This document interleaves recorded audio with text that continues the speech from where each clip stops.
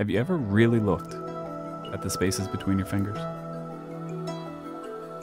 Not the fingers themselves, the flesh and bones and joints and nails, the parts that make up the whole, but the spaces between them. It's okay, you probably haven't. Go ahead, look now. Not much there, huh? Just some empty spaces, some empty air. That's what I used to think too. But that was before I started taking walks with my grandfather. My name is Matthew Ross Smith. The kid behind the wheel there, that's me. He doesn't know it, but he's got a lot of miles ahead of him. Growing up, I was very close with my grandfather.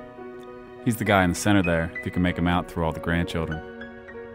My grandfather and I used to hold hands and walk together to feed the ducks at the local pond. I'd tell him about the newest story that I dreamed up the night before, and he'd tell me about being a doctor, and I looked forward to it more than anything in the entire world. Our relationship changed when he was diagnosed with Alzheimer's disease.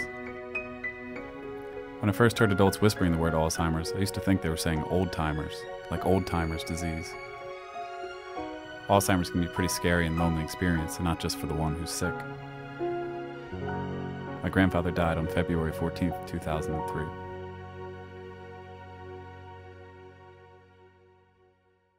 In the years after his death, I chased my dream of being a writer. I wrote and I wrote and I wrote, and yet I never stopped thinking about him.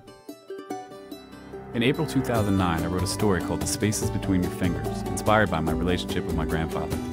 It's about an old man and a young man and the wisdom shared between them. The central image in the story was two hands pressed side by side into wet cement. The response I got was overwhelming, and so I had this crazy idea. In July, I spent my life savings on 3,000 giant postcards and 3,000 first-class stamps, and I drove across America.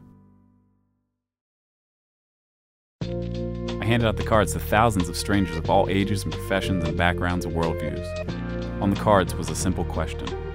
If you knew your time was short and you could tell your own child or grandchild just one thing, one piece of advice, what would it be?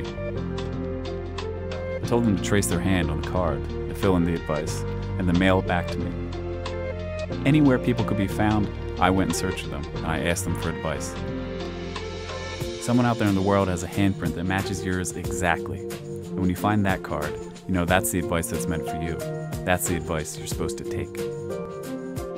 And that was only the beginning. Log on to spacesbetweenyourfingers.com to read the story, to see the cards, and to learn how you can be a part of this continuing project. Millions of people worldwide are living with Alzheimer's disease. The Spaces Between Your Fingers project is fighting back. We need your help. Lend us a hand.